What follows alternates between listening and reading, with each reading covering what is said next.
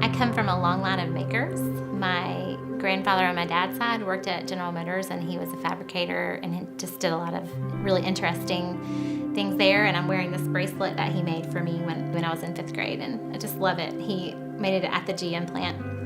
And also on my mom's side, my grandparents were both makers. They used to take their work on the road together and do shows. My grandfather did woodworking, and my grandmother did floral arrangements, silk flowers. And then my mom also did folk art and crafts and did craft shows through the 80s.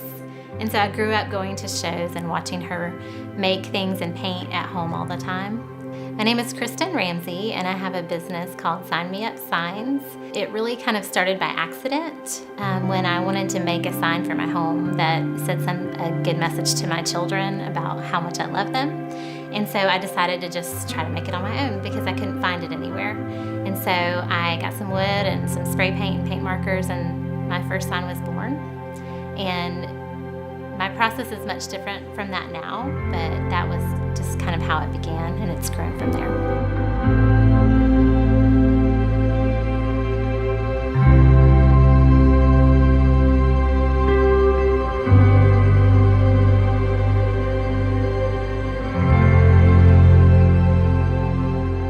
My background is in graphic design, and I really have a love for vintage advertising, and so I kind of took a liking to learning about the craft of sign painting and wanted to make some signs that had that vintage feel, but that weren't just a reproduction of an ad, but that spoke a message. And for me, I need that type of message in my life. I need reminding about my worth. I need reminding to keep going and be positive, and that my art is for me.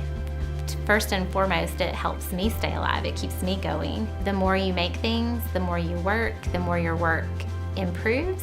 You may end up creating something that you never imagined, but your process just continues to grow, and just to not give up and just keep going, because you are going to get better and you'll start to do new and different things, and it's a lot of fun.